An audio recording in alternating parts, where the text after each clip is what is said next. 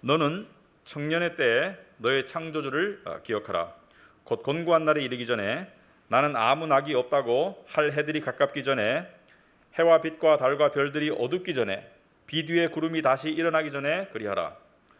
그런 날에는 집을 지키는 자들이 떨 것이며 힘 있는 자들이 구부러질 것이며 맷돌질하는 자들이 적음으로 그칠 것이며 창들로 내다보는 자가 어두워질 것이며 길거리 문들이 닫혀질 것이며 맷돌 소리가 적어질 것이며 새 소리로 말미암아 일어날 것이며 음악하는 여자들은 다 쇠해질 것이며 또한 그런 자들은 높은 곳을 두려워할 것이며 길에서는 놀랄 것이며 살구나무가 꽃이 필 것이며 메뚜기도 짐이 될 것이며 정욕이 그치리니 이는 사람이 자기의 영원한 집으로 돌아가고 조문객들이 거리로 왕래하게 됨이니라.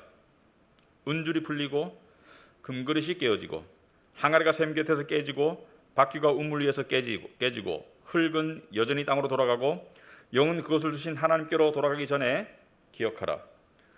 전도자가 이르되 헛되고 헛되도다 모든 것이 헛되도다. 앉으시기 바랍니다. 우리 기도하도록 하겠습니다. 하나님 아버지, 오늘 또 저희들 이 자리에 불러주셨고 또 각 가정에서 또 예배를 드리고 있습니다. 특별히 사회적으로 또 세계적으로 혼탁하고 또 많은 분들이 여러 가지 면에서 어려움을 겪고 있습니다. 교회도 커다란 도전에 직면해 있습니다. 하지만 하나님의 살아계신 말씀은 영원히 능력이 있고 생명을 주시며 우리를 어떠한 형편과 처지에서도 구원해 주시고 우리에게 필요한 위로와 힘과 소망을 주시는 것을 믿사오니 이 시간 우리들의 마음이 준비되어서 하나님께서 예비하신 은혜를 받아 누릴 수 있도록 인도하여 주시옵소서. 우리 주 예수 그리스도는 어제나 오늘이나 영원토록 동일하신 분임을 믿사오며 그분의 이름으로 기도하옵나이다. 아멘. 요번에 최근에 타임지 표지에 보니까 그 표지에 2020이라고 쓴 글씨에 검은 글로 X 표시를 이렇게 해놨더라고요. 이제 그 2020년 여러 가지 의미가 함축되어 있는 것 같은데 그림으로서 없었으면 좋겠다, 기억하고 싶지 않다, 여러 가지 의미가 있는 것 같아요, 세계적으로. 자, 그런데 실제로 생각해 보면은 1년이라는 시간, 근데 2020년으로 끝났으면 좋겠는데 지금 2021년으로 넘어가는 것 같아서 상당히 안타까운데 1년이라는 시간, 혹 2년이 될 수도 있겠지만은 짧은 시간이 아니죠. 우리가 태어나서 멋모르고 자라는 어린 시절, 그리고 늙고 병들어서 움직일 수 없는 그런 시간을 빼면 50년 중에 1년 또는 50년 중에 2년은 2%, 3%, 4%에 해당하니까 결코 짧은 시간이 아닌데 그런 시간이 허망하게 지나고 있다. 진짜 허망하고 괴롭기만 하냐? 여러분, 사실 그렇습니다. 우리가 미시적으로, 그러니까 개인적인 관점에서 볼 때 정말 그렇게 느낄 수 있죠. 정말 허망하고 어리둥절하고 불편하게 지나가는 시간이지만은 우리 믿는 사람은 항상 거시적인 관점, 하나님의 관점으로, 우주적인 관점으로 세상을 바라볼 때 하나님의 큰 시간표는 정해져 있죠. 창조하신 하나님께서 타락 이후에 우리를 구원하시기 위해서 예수 그리스도를 보내셨고, 그 다음에 세상은 의복과 같이 낡아질 것이고 마지막 때가 올 것이고 예수 그리스도의 재림과 동시에 새하늘과 새 땅이 주어지는데 이 안에 무수한 일이 있지만 이것 또한 지나갈 것이다. 코로나도 지나갈 것입니다. 자, 그런데 오늘 본문은 전도서의 결론이죠. 마지막 장인데 오늘 마지막 시간입니다. 그런데 전도서를 통해서 솔로몬은 거듭해서 인간사의 인생의 나약함, 우매함, 미약함, 헛됨을 이야기하고 있다. 인생 자체는 헛되다. 인생 자체는 정말 무의미하고 헛되다. 하지만 그 헛됨에서 벗어날 수 있는 길을 알려주고 있다. 그것이 무엇이냐? 바로 오늘 본문에 이야기하는 결론이죠. 하나님을 기억해라. 창조주 하나님을 기억해라. 그래서 솔로몬은 전도서 전체를 통틀어서 요약을 하자면은 인생의 헛됨과 무의미함, 그리고 살 길은 하나님이다, 이걸 얘기했습니다. 살 길은 하나님으로부터 주어진다. 인생의 구원은 내가 얼마나 잘하느냐, 이루었느냐, 똑똑하냐, 거기에 달려있지 않다는 거예요. 세상은 인생의 의미와 인생의 어떤 그 목적과 성공이 그 사람이 얼마나 이루었고 성취했느냐에 달려있는 것처럼 계속 우리를 세뇌시키지만 그것이 아니고 성공하든 못하든 가난하든 부자든 오래 살든 짧게 살든 모두가 헛되다. 그 헛됨에서 벗어날 수 있는 길은 바로 하나님, 창조주 하나님을 통해서 우리는 의미를 찾아야 한다. 그래서 오늘 결론이 전도서 전체의 결론이 오늘 본문으로 들어가면 1절에 너는 청년의 때에 너의 창조주를 기억하라. 너의 창조주를 기억하라. 그리고 7절에 보시면은 중간에 하나님께로 돌아가기 전에 다시 말해서 청년의 때의 창조주를 기억하고 하루라도 한 살을 젊었을 때 하나님께로 돌아가기 전에 죽기 전에 기억해라. 죽고 난 다음에 기억하면 소용이 없어요. 이따 설명하겠습니다. 살아있는 동안에 창조주를 기억해라. 창조주가 뭐죠? 나의 존재의 생성자죠. 나의 존재를 만든 분. 자, 그러면 창조주를 기억하라는 것은 무슨 뜻인가? 여러분, 창조주 하나님을 기억하라는 것은 세 가지 함축적인 의미가 있습니다. 첫째는 내가 어디서부터 왔나? 나의 존재의 기원은 누구인가? 그 생각하십니까? 둘째, 나는 어디로 갈 것인가? 결국 나의 인생의 종착역은 어디인가? 이따 얘기하지만 솔로몬은 하나님께로 돌아가기 전에, 그리고 세 번째, 창조주가 있으시다면은 창조주께서 정하신 내 삶의 목적과 의미는 뭔가? 창조주께서 원하시는 내 삶의 존재의 목적과 의미는 뭔가? 많은 사람들이 창조주의 의도와 관계없이 자기 의도를 가지고 살기 때문에 허망한 거예요. 창조주가 그걸 원하시는가? 창조주가 여러분이 위대한 일을 이루기를 원하시는가? 창조주가 여러분이 높은 자리에 올라가기를 원하시는가? 창조주가 원하는 의도가 무엇인지를 모르기 때문에 많은 사람들이 그냥 연처럼 인생을 높이 올라가면 되는 줄 알고 그냥 날아가다가 갑자기 콱 처박혀서 그냥 허무 가운데 패망하고 마는 것이 인생이다. 자, 그런데 하나님을 기억하라는 것은 두 가지 의미가 있습니다. 하나님을 인식하고 살아라, 하나님을 의식하고 살아라. 비슷한 말인 것 같은데 하나님을 인식한다는 것은 존재론적으로 본론적으로 하나님이 나의 창조주이시고 결국 나의 심판자라는 것을 인식하고 의식하라는 것은 현재의 삶을 하나님이 나를 지켜보신다는 것을 생각하고 살아라. 비슷한 말이지만 인식은 존재론적인 의미이고 의식은 경험론적인 의미죠. 그죠? 존재론적으로 하나님을 인식하고 경험적으로 하나님을 의식해라. 하나님이 나와 함께 하시고 나를 지켜보고 계신 것을 의식해라. 자, 그런데 하나님을 인식하고 의식하는 이 창조주를 기억하는 삶이 안 되는 이유는 많은 사람들이 세 가지 이유가 있습니다. 첫째는 무관심이에요. 둘째는 무관심이에요. 첫째는 사람들은 하나님이 없다고 생각하고 사는 사람이 많아요. 둘째는 바빠서, 삶이 바빠서. 셋째는 떠날 것을 계산하지 않기 때문에 까부는 거예요. 하나님 앞으로 갈 세상을 떠날 것을 인식하고 의식하지 않기 때문에 사실은 창조주 앞에서 까부는 거죠. 여러분, 만약에 하나님께서 여러분에게 저와 여러분에게 이렇게 물으신다. 너는 왜 나를 인식하고 의식하는 삶을 충분히 인식하고 의식하는 삶을 살지 않았니? 너는 왜 이렇게 안 살았니? 라고 물으신다면 뭐라고 말하겠습니까? 하나님을 인식하고 의식해야 되는지 잘 몰랐습니다. 그게 무슨 뜻인지 잘 몰랐습니다. 창조주를 기억하는 삶이 무엇인지 몰랐습니다. 왜 몰랐니? 내가 말씀을 줬는데 왜 몰랐니? 말씀을 충분히 안 받습니다. 왜 말씀을 충분히 안 받니? 바빴습니다. 아무리 바빴어도 네가 해야 될 일은 했겠지. 밥은 먹었겠지. 영화는 봤겠지. 직장에는 갔겠지. 그런데 왜 나를 알려는 노력을 게을리했니? 더 바쁜 일이 있었어요.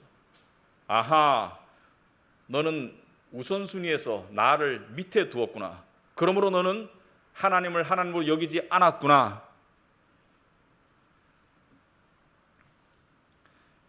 여러분, 세상에는 해야 할 일들이 있죠. 우리에게는 해야 할 일상이 있습니다. 근데 창조주 하나님을 게을리하는 삶은 우리가 해야 할 가장 고귀하고 가장 중요한 일을 등한시하기 때문에 그런 인생은 절대로 성공할 수 없어요. 참다운 의미에서. 아무리 세상적으로 잘 되어도 그 인생은 성공할 수 없어요. 무의미와 나중에 심판을 받게 됩니다. 여러분, 예수님께서 씨 뿌리는 자의 비유를 말씀하셨습니다. 복음서에서 씨 뿌리는 자의 비유 아시죠? 씨를 뿌렸는데 하나는 씨가 딱 떨어졌는데 첫 번째 씨는 그냥 떼굴떼굴 굴러가지고 길가에 떨어졌어요. 왜? 밭이 너무 딱딱해. 들어갈 틈이 없어. 완전히 딱딱해. 마음이 강팍해. 그래서 새가 씨를 쪼아먹는다. 두 번째 씨앗은 뿌려졌는데 싹이 났어요. 그런데 어려움이 오니까 갑자기 시들어 버렸어. 왜? 이 안에가 돌밭이야. 뿌리가 깊이 들어가지를 못해. 그리고 세 번째 씨는 가시떨기에 부러졌다. 가시떨기에 부러지니까 자라는데 가시떨기 있기 때문에 자랄 수도 없고 가시떨기에 갇혀서 시들시들 죽어간다. 네 번째 씨는 옥토에 부러졌다. 뿌리를 깊이 내리고 30배, 60배, 100배 열매를 맺었다. 이 말씀을 예수님께서 하시니까 유대인들이 이게 무슨 뜻인고? 예수님께서 비유로 말씀하심은 모두가 깨닫기를 원하지 않으셨다. 그래서 나중에 제자들에게 이 비유를 풀어서 설명하셨다. 첫 번째 씨는 그냥 안 믿는 강팍한 마음에 부러져 가지고 사탄이 바로 쪼아 먹었으니까 열매를 맺을 수 없고, 두 번째 씨는 뿌려져서 가지고 싹이 나는 듯 보였는데 그 안에 돌밭이라 가지고 고난이 오니까, 어려움이 오니까, 뿌리가 깊지 않으니까 바로 시들어 죽어버리더라. 두 번째 씨는 무엇이에요? 말씀의 맛은, 성령의 은혜의 맛은, 교회 공동체의 맛은 보았는데 그것이 나의 진정한 신앙으로 싹트지 못해서 마치 히브리서 6장에 나오는 사람처럼 은혜를 맛보았으나, 말씀의 능력을 맛보았으나, 하나님의 임재를 맛보았으나 하지만 믿음으로 자라지는 못하는 경우, 교회 다니다 많은 경우. 세 번째 경우가 뭐죠? 네 번째 경우는 참 신앙인입니다.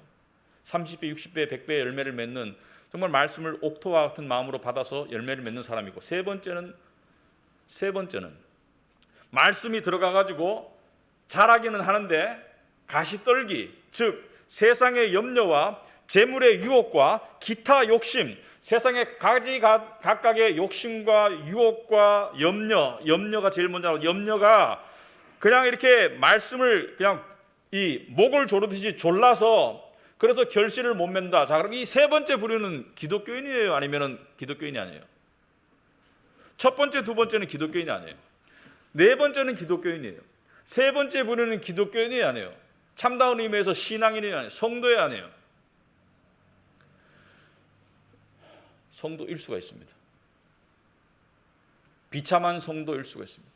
하나님의 성령이 임하는 성도도 체험 가운데는 그렇게 살 수가 있다는 것을 이야기하는 거예요. 삶의 세상의 염려와 재물의 유혹과 기타 욕심이 들어와 가지고, 자, 이러한 바쁜 가운데 세상 일 때문에 창조주를 기억하는 삶을 등한시하는 사람들이 교회 안에 많다. 저도 사실 그럴 경우가 종종 있습니다. 솔직히 말해서 회개하고 다시 하나님 붙잡고, 회개하고 다시 하나님 붙잡고 해야 되는 일인데, 근데 우리 이런 생각할 때가 있습니다. 하나님을 찾기는 찾아야 되겠는데 오늘은 좀 바쁜데 다음 주부터, 아니 이제 2021년이 다가오니까 새해부터는 내가 하나님을 열심히 찾을 거야. 근데 그거 아십니까? 하루하루가 모이면 인생인 거예요. 하루하루가, 지금 우리는 인생을 살아가는 것이지 인생은 내일 사는 게 아니에요. 오늘 사는 게 모이면 결국 인생이 되기 때문에 오늘 본문에서 너는 청년의 때에 너의 창조주를 기억해라. 왜? 곧 곤고한 날이 이르기 전에, 나는 아무 낙이 없다고 할 해들이 가깝기 전에. 여기서 말하는 곤고한 날이라는 것은 영어로 evil day, 그러니까 악한 날이 이르기 전에. 근데 왜 악한 날이라는 것은 악한 삶을 살았기 때문에 악한 일이 생기는 그런 것이 아니라, 여기서 말하는 악한 날, 여기서 말하는 나쁜 날, 여기서 말하는 공고한 날은, 아무 낙이 없는 날은 늙고 병들기 전에 뜻입니다. 늙고 병들기 전에. 그러므로 이 날은 모두에게 닥치는 날이다. 모두가 늙고 병든다. 솔로몬은 노화와 병듦을 이야기하고 있다. 저는 젊으신 분들, 특히 20, 30대 이런 분들의 마음을 잘 알아요. 옛날에 제가 20, 30대 이런 얘기 들으면은 나하고는 동떨어진 얘기라고 생각했어요. 왜냐하면 나는 아직 젊기 때문에. 근데 솔로몬은 한 살이라도 젊었을 때 깨달은 거죠. 청년의 때. 문학 평론가이시면서 이렇게 잘 유명하신 분 중에 이어령 씨라고 있습니다. 그 이어령 박사님. 저는 그분을 뭐 개인적으로 무슨 그분 책을 많이 읽고 하진 않았어요. 그런데 이분도 뭐 암투병을 하고 이러신 것 같더라고요. 근데 얼마 전에 한 몇 년 전인가 얼마 안 됐을 때 이분이 이런 말씀을 했어요. 근데 어떤 말은 참 단순해요. 근데 의미가 상당히 있어요. 말은 뭐 초등학생도 할 수 있는 말이야. 근데 의미가 참 있는 말이 이분이 이런 말을 했어요. 젊은이는 늙고 늙은이는 죽는다. 젊은이는 늙고 늙은이는 죽는다. 이 사람이, 이 사상가가 나이가 지긋해가지고 깨달은 진리를 짧은 문장으로 표현한 게 젊은이는 늙고 늙은이는 죽는다.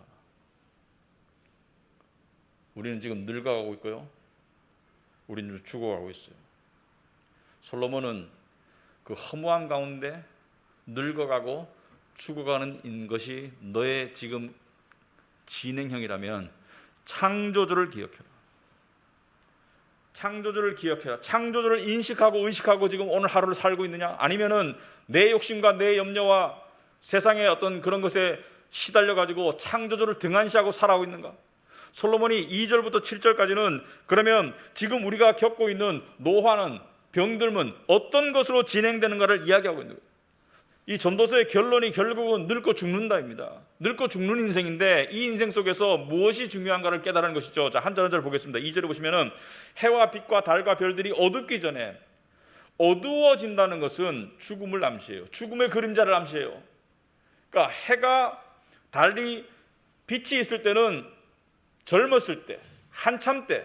그러나 결국 어두워진다는 것은 죽음의 그림자가 다가오고 있고, 비 뒤에 구름이 다시 일어난다는 것은 여기에 어떤 것들이 이 수수께끼 같지만 사실 쉽습니다. 풀어오면 몇 개 빼고는 다 쉽게 이해가 돼요. 자, 비가 온다는 것은 환난의 때를 상징하죠. 인생으로 말하면은 어려울 때, 아플 때를 상징하죠. 근데 비가 오고 난 다음에 날이 개는 것이 정상이에요. 근데 비가 오고 난 다음에 구름이 또 끼어. 그것은 환난 뒤에 환난이 또 온다. 병을 달고 사네.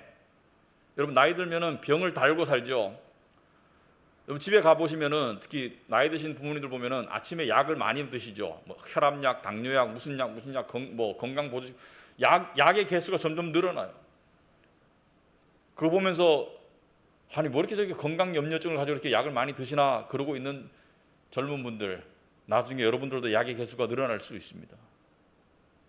비 온 뒤에 구름이 또 껴요. 그리고 3절에 보면은 그런 날은 늙고 병들었을 때는 이런 일이 생기고, 집을 지키는 자들이 떨 것이다. 집을 지키는 자들이 떤다. 지키는 것은 누가 지키나? 여러분 축구를 생각해요. 축구할 때 누가 지켜요? 축구할 때 다리가 든든하고 손으로 지키죠. 팔다리가 떨릴 것이다. 신체를 이야기할 때 수족이 떨린다. 나이가 들면 다리에 힘이 없죠. 다리가 떨리죠. 자, 힘 있는 자들이 구부러진다. 건물의 뼈대가, 건물이 노화하면은 건물의 뼈대가 기울죠. 사람이 노화하면은 어디가 부서지나요? 사람을 지탱하는 척추가 구부러지죠. 등이 구부러지죠. 어렵지 않죠? 맷돌질 하는 자들이 적어진다. 맷돌은 뭐예요? 음식을 가는 거죠. 곡식을. 신체에서 무엇을 상징합니까? 이빨이 적어지니까 먹을 수 있는 음식 종류와 가지가 점점 줄어들겠죠. 씹어야 되는 그런 고기류, 그런 것들을 나이 들면 심지어 씹어서 넣어주기까지 된다. 아기처럼. 맷돌질을 하는 자들이 적음으로 그칠 것이며 창들로 내다보는 자가 어두워질 것이다. 창들로 내다보는 것은 뭘 상징할까요? 눈을 상징해요. 눈이 침침해지고 노안이 되는 것이죠. 이번 주에 제가 친구한테 카톡을 보냈는데 스크린샷을 찍어가지고 누구 전화번호를 보냈는데 전화번호가 없다는 거예요. 그래서 나는 보니까 전화번호가 위에 조그맣게 있는데 이름 있고 이렇게 있잖아요, 그죠? 연락처. 전화번호가 없다는 거예요. 그래서 한참 실강하다 보니까 너 지금 전화번호 안 보이는 거지? 친구지만 노안이 빨리 진행된 거예요. 물론 저도 노안이 진행되고 있어요. 근데 제가 여러분 살다 보면은 그 외모적으로 부러운 부분 있죠, 여러분들이. 보면은 여러분들이 뭐 부러운 곳이 없을 수도 있겠지만 저는 이런 사람이 부러웠어요. 어떤 사람이냐면은 눈동자가 맑은 사람. 그러니까 눈동자 보면은 검은 자위가 있고 흰 자위가 있죠. 흰 자위가 하얀 사람이 저는 부러워요. 왜냐하면 눈이 맑으면 영혼이 맑은 것 같은 착각이 들더라고. 꼭 그런 건 아닌데. 근데 눈동자가 맑은 사람이 부러운데 눈동자 맑은 사람도 세월이 지나니까 누리끼리 해지는 건 마찬가지더라. 노화의 진행을 막을 수가 없죠. 그 다음에 4절에 길거리 문들이 닫힌다. 길거리 문들이 닫힌다는 것은 소리가 덜 들리고 안 들린다. 청력의 감퇴를 이야기하죠. 젊으신 분들 잘 이해가 안 되죠? 곧 닥칠 겁니다. 걱정하지 마세요. 무슨 말인지 알 거예요. 맷돌 소리가 적어질 것이며 아까 얘기했는 거죠. 새의 소리로 말미암아 일어날 것이다. 이게 무슨 뜻인지 압니까? 여기 이거 20, 30대 여러분 40대까지 새의 소리로 일어난다는 게 무슨 뜻인지 알아요? 여러분 지금 주말에 자고 일어나 보니까 늘어지게 자고 일어나 보니까 12시야. 어우 많이 잤네. 이게 가능하죠 지금. 조금만 기다려 보세요. 이게 불가능해져요. 뭐냐면은 잠이 안 와. 아침에 한 7시, 6시 넘으면 잠이 안 와요. 그리고 밤에 작은 소리에 깨요. 전에는 도둑이 와가지고 도둑질 다 해가도 못 일어나던 사람들이 부시락 소리에 잠이 깹니다. 그만큼 민감해져 나이가 들면. 그래서 제가 우리 그 아내한테 가끔 핀잔을 듣죠. 왜 자꾸 소리를 내냐고. 제가 이렇게 머리 긁고 뭐 이런 거 하잖아요. 침대에서. 그러면은 핀잔을 줘요. 잠자고 깨운다고. 같이 늙어가고 있는 거죠. 자, 그 다음에 음악하는 여자들은 다 쇠하여질 것이다. 이건 무슨 뜻일까요? 재밌죠, 이게 수수께끼 같은 표현들인데 시적이고. 음악하는 여자는 목소리를 상징합니다. 목소리가 쇠하여질 것이다. 여러분 안 보는 얼굴을 모르는 사람도 전화 통화를 해보면 대충 그 사람의 나이를 짐작할 수 있죠.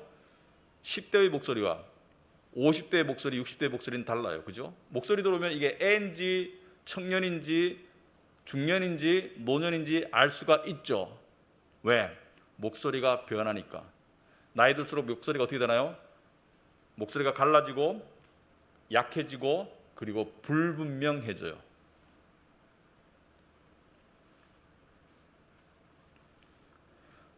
(5절에) 또한 그런 자들은 죽음이 임박하고 병든 자들은 모든 인생의 마지막에 상태에 이른 자들은 여러분과 저를 포함해서 우린 이 상태에 갈 텐데 높은 곳을 두려워한다. 왜? 평형 감각이 없어.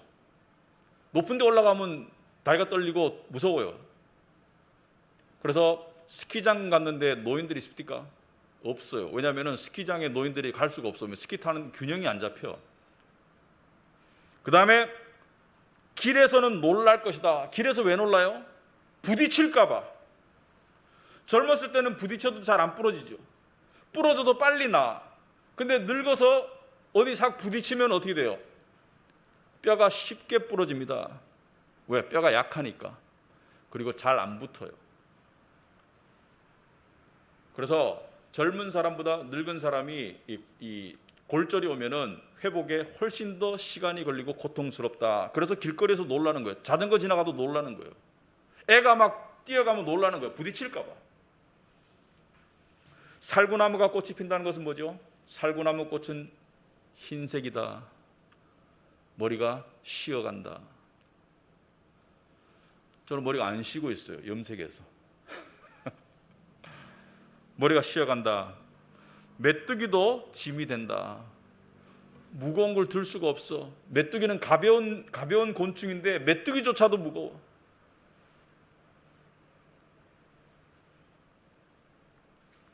그리고 정욕이 그칠 것이다. 식욕도 그치고 성욕도 그치고 다 그친다. 그래서 죽음을 앞두면은 곡기를 끊죠. 뭐냐면은 먹을 힘도 없고 먹고 싶은 마음도 없어요. 그러면 그때 어떻게 되는 거예요? 사람이 자기의 영원한 집으로 돌아간다. 여기서 영원한 집은 천국을 말하는 게 아닙니다. 믿는 자들에게는 천국이지만 일반적으로 봐서는 하나님께로 돌아간다는 뜻이에요. 하나님께로 돌아간다. 뭐 하려고? 심판받으러. 조문객들이 거리로 왕래하게 됩니다. 이때까지는 문상 갔었는데, 여기저기 문상 갔었는데 이제 문상 받을 일만 남았다. 문상은 여러 번 가지만 딱 한 번 문상 받겠죠. 근데 그때는 자기가 죽었을 때지. 조문객들이 찾아오는 신세가 될 것이다. 지금까지는 조문객으로서 고인을 방문했으면 이제는 고인이 되어서 조문객을 맞이하는 것이죠. 물론 몰라요. 죽었기 때문에. 6절에 은줄이 풀리고, 6절은 조금 애매한데 은줄이 풀리고 금그릇이 깨진다. 무슨 은줄이 풀린다. 자, 줄이라는 것은 뭐죠? 줄이 풀린다는 것은, 스르르 풀린다는 것은 생명을 지탱하던 그 끈들이 이제 풀어져서, 이제 동공이 풀리고 풀어져서 죽는다는 것을 이야기하는 거예요. 그릇이 깨지고 항아리가 샘 곁에서 깨진다. 그릇이 깨진다는 것은 용도가 다했다. 이제 쓸모가 없다. 쓸모가 없다는 것은 죽음을 말하는 거예요. 샘이라는 것은 생명수를 상징합니다. 생명의 물이 이제 다 쏟아져 나온다. 그러니까 이제 죽음을 암시하는 거예요. 7절에 흙은 여전히 땅으로 돌아가고, 동물과 사람 할 것 없이 이 육신을 구성하는 흙은 땅으로 돌아가고, 사람은 하나님의 형상대로 지음을 받았으니까 영은 그것을 주신 하나님께로 돌아가기 전에 기억해라. 하나님께로 왜 돌아갑니까? 영이 심판받으려고. 창조주가 만드신 의도대로 살았나? 심판받으려고. 물론 믿는 자들의 받는 심판은 천국과 지옥의 심판은 아닙니다. 하지만 우리도 심판을 받아요. 네가 하나님의 의도대로 살았나? 여러분, 이 시간이 지금도 다가오고 있어요. 이 시간이 지금도 다가오고 있어요. 오늘 하루가 지나면 심판의 시간이 하루 가까워진 거예요. 하나님을 기억하라는 것은 후회하지 않을 인생을 살아라는 거예요. 후회하지 않을 인생을 살아라. 여러분, 세상에 두 가지 종류의 후회가 있습니다. 도움이 되는 이 후회가 있고 쓸모없는 후회가 있어요. 도움이 되는 후회는 과거를 후회하고 현재를 바꿀 수 있으면 도움이 돼. 이때까지 내가 가족들에게 좀 등한시하고 좀 못되게 했는데 아유 후회스럽다. 하나님께서는 사랑하라고 했는데 이때까지 교회 다니면서 주위 사람에게 관심이 없었는데 이제 좀 관심을 가져야 되겠다. 후회스럽다. 하나님께서는 각 지체와 연합해서 살라고 했는데 이제 다르게 살아야지. 이건 긍정적인 어떤 임팩트를 줄 수 있는 후회가 되지만 죽음 앞에서 하는 후회는 다 소용이 없어요. 고칠 수가 없어. 끝났어요. 여러분 인생을 마감하면서 결국 다 소용없어. 인생을 마감하면서 여러분에게 평가를 하던 뭐 예를 들어서 저 사람 인사고과를 평가하던 회사, 또 학교 선생님, 또 무슨 주위 사람들, 가족들, 여러분을 평가하던 모든 사람들이 다 죽을 텐데 무슨 의미가 있나? 그러나 영원하신 하나님이 저와 여러분을 심판한다는 것은 이것은 영원성을 가지는 아주 중요한 부분인데 그것을 인식하고 의식하고 사는 삶을 지금부터 시작해야 된다. 여러분 죽을 때 딱 두 종류의 사람이 있을 것 같습니다. 후회하며 죽는 사람, 후회 없이 죽는 사람. 후회 없이 죽는 게 가능할까? 사도 바울은 죽기 전에 이렇게 말하고 죽었죠. 디모데후서 4장 7절에 나는 선한 싸움을 싸우고 나의 달려갈 길을 마치고 믿음을 지켰으니 이제 후로는 나를 위하여 의의 면류관이 예비되었으므로 주곧 의로우신 재판장이 그날에 내게 주실 것이며 내게만 아니라 주의 나타나심을 사모하는 모든 자에게도니라. 사도 바울의 말이기도 하지만 하나님의 말씀이죠. 왜? 성경 말씀이기 때문에 하나님께서는 네가 이렇게 살 때 여기에는 후회의 언어가 없어요. 사도 바울이 이렇게 살았어야 되는데 이렇게 못 살았습니다. 이렇게 했어야 되는데 그게 아니고요. 나는 선한 싸움을 싸웠다. 후회 안 한다. 나는 달려갈 길을 마쳤다. 후회 안 한다. 나는 믿음을 지켰다. 후회 안 한다. 이제 후로는 의의 면류관이 준비되어 있고 의로우신 재판장이 그날에 내게 주실 것이며 나뿐만이 아니고 주의 나타나심을 사모하는 모든 자에게 주실 것이다. 주의 나타나심을 사모하는 자가 바로 하나님을 인식하고 의식하고 살아간 사람이죠.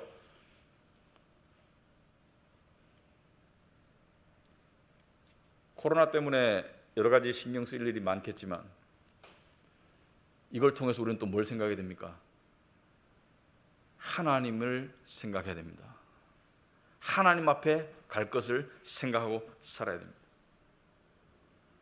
여러분과 제가 인생을 마감할 때 이러한 고백을 할 것인가? 아니면은 돌이킬 수 없는 후회를 할 것인가? 그것이 지금 결정되고 있다는 것을 생각할 때 지금 한순간 한순간이 안 중요할 수 없는 것이죠. 중요한 것이죠. 그렇다면 하나님을, 창조주를 기억해라. 하나님을 인식하고 의식하고 살아라. 존재적으로 체험적으로. 이게 구체적으로 무슨 뜻인가? 여기서 제가 설교를 마친다면 여러분께서 뭐 말씀을 봐야 되나? 기도해야 되나? 여러분, 하나님을 인식하고 의식하고 산다는 것이 구체적으로 무슨 뜻인가?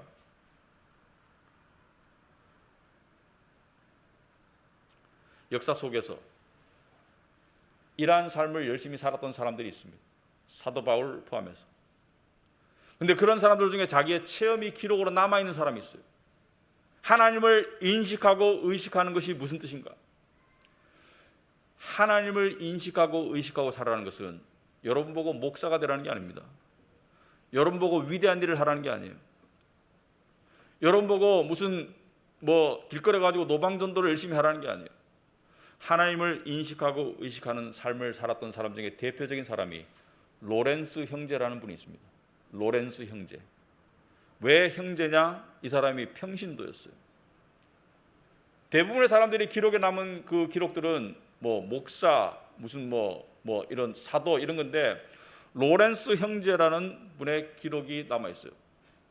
이분은 17세기 초 1614년에 프랑스에서 태어난 그냥 평범한 사람입니다. 근데 이분이 왜 유명하냐? 이분이 위대한 일을 한 사람이 아니에요. 이분의 직업이 뭐였냐면은 수도원에서 밥하는 거였어요. 부엌에서. 자기의 직업이 수도원에서 그 수도원을 찾아오는 사람들 또 수도원 이 수도승들 위해서 부엌에서 음식 장만하는 거였어요. 요리를 잘했나? 잘할 게 뭐 있습니까? 그런 데서는 그냥 단순한 음식을 먹는데. 근데 왜 이분이 유명한가? 이분이 책을 썼나? 아니요. 이분이 쓴 편지들 그리고 이 사람이 했는 말을 기억하는 그 사람들의 기억 속에서 이 사람의 말 이것들을 모아가지고 이 사람 죽자마자 바로 책으로 만들어서 책을 냈는데 그것이 제목이 하나님의 임재 연습이라는 책이 있습니다. 하나님의 임재의 연습. 근데 이 사람을 기억하는 동시대 사람들이 이구동성으로 하는 말이 이 로렌스 형제는 하나님과의 그 친밀한 관계 속에서 늘 하나님을 인식하고 의식하고 살았기 때문에 그 사람의 삶은 하나님과 함께한 삶이라고 분명히 말할 수가 있겠다. 그래서 이 책 내용 중에 일부를 제가 소개를 한번 드려보겠습니다. 하나님을 인식하고 의식하는 삶이 과연 뭐냐? 구체적으로 이 사람이 이렇게 말하고 있습니다. 우리는 하나님을 사랑하기 위해서 하는 작은 사소한 일들을 하찮게 여겨서는 안 됩니다. 하나님을 인식하고 의식한다는 것은 로렌스 형제는 자신의 삶의 매 순간 부엌에서 밥을 지으면서 길거리를 걸어가면서 사람과 대화하면서 하나님을 사랑하는 마음으로 할 수 있도록 해달라고 늘 기도하며 살았기 때문에 이분은 자기가 하는 말이 예배 시간과 밥 짓는 시간 사이에 구별이 없었답니다. 왜? 늘 하나님을 앞에 두고 살았기 때문에. 왜냐하면 하나님은 우리가 하는 어떤 일의 위대함을 보시는 분이 아니라 우리가 하는 일을 통해서 전해지는 사랑을 보시기 때문이다. 이분은 세상의 기준에서 위대한 일을 하신 분이 아니에요. 무슨 수많은 사람을 전도했거나 뭐 설교자거나 뭐 학자도 아니고 이분은 그냥 평범한 요리사였어요. 그러나 자신의 모든 삶의 현장 속에서 하나님을 인식하고 의식하고 살았기 때문에 주위 사람들이 이분을 볼 때 하나님과 동행한 사람이라고 인정하지 않을 수가 없었다. 그리고 이분이 말씀하시기를, 로렌스 형제가, 하나님은 우리에게 많은 것들을 요구하시는 분이 아니시다. 하나님을 인식하고 의식하고 산다는 것이 뭔가 많은 대단한 것이 아니라 작은 찬양의 마음, 하나님을 향해서 드리는 찬양의 마음, 때때로 구하는 그분의 은혜, 우리가 하나님의 은혜를 구할 때 이것이 하나님을 인식하고 의식하는 것이다. 또 고난 가운데, 고통 가운데 하나님께 자기 자신을 드리고 하나님을 찾는 믿음의 마음, 힘든데 화내고 짜증내고 다른 어떤 그 세상적인 어떤 그 중독적인 것으로 자기를 회피하고 만족시키려고 하는 그런 것이 아니라, 그럴 때 하나님, 제가 힘들어요, 저를 보살펴 주세요라고 찾는 그 마음이 하나님을 인식하고 의식하는 삶의 모습이라는 거예요. 그래서 이분은 힘들 때 수시로 기도하는 거예요, 하나님께. 그리고 기도를 자꾸 하다 보니까 하나님께서 힘든 것을 주신 이유도 깨닫게 된다는 거예요. 왜? 당신을 찾으라는 그 이유를 깨닫고 감사했다는 거예요. 그리고 때로는 과거나 현재의 하나님의 은혜를 기억하면서 감사하는 마음, 이거 하고 있습니까? 나 같은 죄인 살리신, 그리고 지금까지 나의 삶을 지탱하시는 하나님을 생각하고 감사하는 마음, 그리고 고난 가운데 하나님이 주시는 위로를 구하는 그런 행위들, 식사를 할 때 하나님을 향해 마음을 올려드리는 일, 하루에 한 두세 번 밥 먹죠. 그때 그냥 하나님을 인식하고 의식하지 않거나 그냥 형식적으로 기도하는 것이 아니라 정말 마음을 담아서 하나님께 감사를 올려드리는 마음, 이 양식을 주시는 분 하나님, 이것이 여호와를, 창조주를 기억하는 마음이라는 거예요. 이러한 일 등 우리가 하는 하나님을 향한 작은 행위들이 사실은 하나님을 가장 기쁘시게 하신다. 명심해야 되겠습니다. 하나님을 인식하고 의식하는데 평생을 바친 사람이 내린 결론이 위대한 일이 아니고, 우리가 하는 작은 행위들이 사실은 하나님을 가장 기쁘시게 하신다. 왜냐하면 이분의 간증에 하면은 하나님의 기쁨을 자기가 느낄 때 자기도 동시에 기뻤다. 그리고 하나님을 아는 일에 매진하는 것이 참 중요하다. 이 말씀 제가 굉장히 심오하고 제가 새겨 듣고 아주 소중히 여기는 말씀인데, 왜냐하면 로렌스 형제 하는 말이 하나님을 알수록 더 알고 싶은 분이시기 때문이다. 이걸 뒤집어 놓고 보면 하나님을 인식하고 의식하고 아는데 게을리하고 있는 이유는 근본적으로 하나님을 모르기 때문이다. 알면 알수록 더 알고 싶어진다. 로렌스 형제는 이런 삶을 살다가 이런 고백을 했었습니다. 하나님을 알면 알수록 세상에 대한 어떤 세상에 대한 갈망이나 욕심이 점점 더 줄어들고 사라지고, 왜? 이게 가장 기쁜데 많은 것들을 생각하게 하는 그런 깨달음의 글들입니다.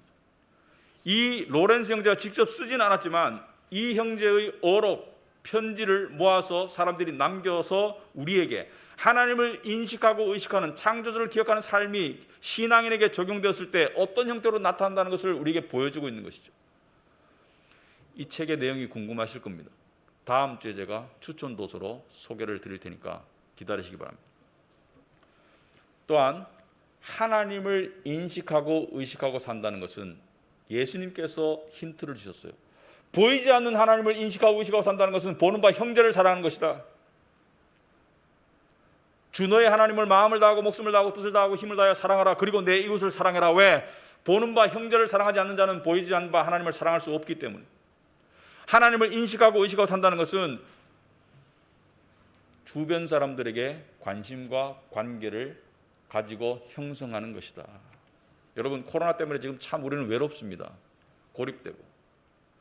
안 그래도 세상은 점점 더 외롭고 고립되는 그런 삶인데 코로나 때문에 더욱더 교제가 안 되죠. 그런데 한 10년 전쯤에 미국 유타주에 브리검 영 대학교라고 있어요. 브리검 영 대학교에서 조사를 해보니까, 연구를 해보니까 인간관계가 나쁘거나 외로움을 느끼는 사람은 인간관계가 좋고 풍성한 사람에 비해서 빨리 죽을 확률이 50%가 높아요. 그리고 또 연구해보니까 이 룬스타트 교수라는 분이 연구를 해보니까 인간관계가 외롭거나 가족관계 다 포함해서 괴로운 사람은 하루에 담배 15개 피는 거하고 똑같은 효과가 나타난다. 담배 피는 것이 해로운 것을 알면서도 인간관계의 고립과 외로움이 해로운 것을 왜 모르냐? 여러분, 하나님은요, 우리가 외롭고 고립된 가운데 살기를 원하지 않습니다. 하나님을 인식하고 의식하는 사람은 로렌스 형제처럼 주변 사람들과 관계를 맺고 사는 거예요. 이 사람이 주변 사람과 관계를 맺었기 때문에, 편지를 주고받았기 때문에 이 사람의 글이 우리에게 남겨진 것이지, 이 사람이 책 쓴 게 아닙니다. 그리고 저는 이렇게 말씀드리고 싶습니다. 하나님을 사랑하는 것은, 하나님을 인식하고 의식하는 것은 주변을 인식하고 의식하는 것이고, 주변을, 이웃을 인식하고, 특별히 교회 공동체를 인식하고 의식하고 사는 사람은 자기를 창조주의 의도대로 사랑할 줄 아는 사람이다 라고 생각합니다. 여러분, 오늘 전도서의 마지막을 결론을 맺겠습니다. 인생은 그 자체로는 죄로 인해서 망가졌고 타락했기 때문에 그 자체로 두면 결국 무의미합니다. 여러분, 지금 찰나적으로 봤을 때 아무리 잘 나가는 사람도 하나님 모르면 다 끝에 가면 다 무의미한 거예요. 다 무의미한 거예요. 하지만 진정한 의미, 진정한 구원은 나 스스로에게 나오지 않습니다. 하나님께로부터 나옵니다. 아멘. 하나님이 우리의 구원자세요. 그러므로 하나님을 찾는 자가 삶의 진정한 의미로 나아가는 자이다. 하나님을 찾는 것은 말씀과 기도로만 되진 않는다. 삶의 매 순간 속에 이 로렌스 형제처럼 무슨 일을 하든지 죽게 하듯 하라. 먹고 마시며 무슨 일을 하든지 하나님의 영광을 위하라. 하나님을 사랑하는 마음으로 우리가 생각할 때 뭐 교회에서 찬송 부르고 뭐 주일학교 섬기고 이러한 특별한 일만이 아니고 특정한 일만이 아니고 심지어 나의 혼자 있는 시간, 또 내가 주변 사람과 대화하는 시간, 또 심지어 음식을 만드는 시간, 이 모든 것 속에서 하나님을 향한 사랑을 가지고 할 때 그 영혼은 하나님께서 무의미로부터 점점 더 의미로 건져가시는 영혼이라고 생각합니다. 그 일을 언제 하라? 한 살이라도 젊을 때 하라. 젊을 때부터 하나님을 기억하는 연습을 해라. 왜? 젊어서 안 되는 사람은 늙어서도 안 됩니다. 영적 습관은 하루아침에 생기지 않습니다. 나이 들면 예수 잘 믿을 거야. 그거는 안 돼요. 지금 잘 믿어야지 나이 들어도 잘 믿게 되어 있어요. 지금 제대로 해야 됩니다. 그래서 저도 마찬가지고 여러분도 마찬가지고 이 교훈을 얻자. 그냥 내 원하는 대로 육신의 생각대로 세상에 이끄는 대로 살아가면 우리는 무의미하게 됩니다. 그리고 하나님의 심판대 앞에서 우리는 후회하게 될 거예요. 그렇지만 말씀을 따라서, 말씀이 주는 지혜를 따라 살 때 우리는 사도 바울처럼 멋진 그러한 인생의 마지막 내 인생을 종지부 찍으면서 멋진 고백을 할 수 있는 그런 인생이 되기 바랍니다. 여러분과 제가 그런 인생이 되기를 주님의 이름으로 축원합니다. 기도하겠습니다.